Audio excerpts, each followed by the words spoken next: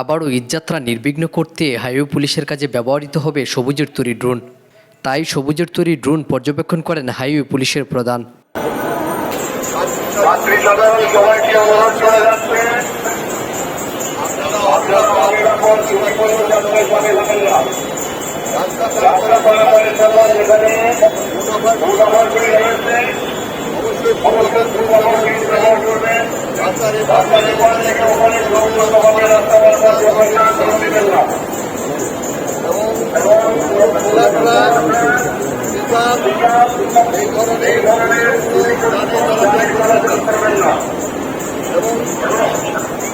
বিশেষ করে যাত্রীবাহী বাসের সাথে ঈদুল আজহাকে সামনে রেখে ঈদযাত্রা নির্বিঘ্ন করতে গাজীপুরের ঢাকা টাঙ্গাইল মহাসড়কের চন্দ্রা ত্রিমুড় এলাকায় সবুজের ড্রোন দিয়ে আবারও পর্যবেক্ষণ কার্যক্রম শুরু করা হয়েছে।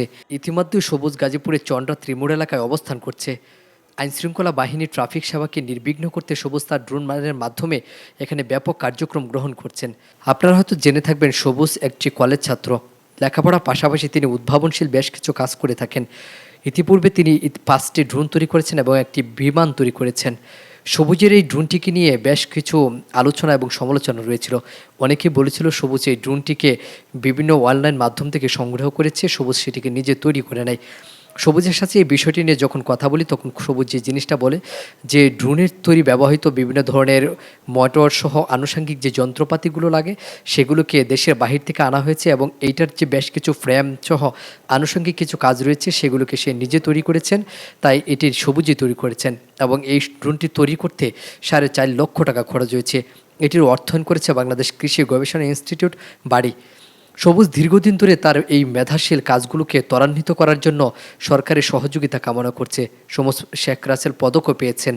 আপনারা হয়তোবা সবুজকে চিনে থাকবেন। সবুজ দিনাজপুরের ফুলবাড়ি উপজেলার পলি শিবনগর গ্রামের একটি দারিদ্র পরিবারের সন্তান।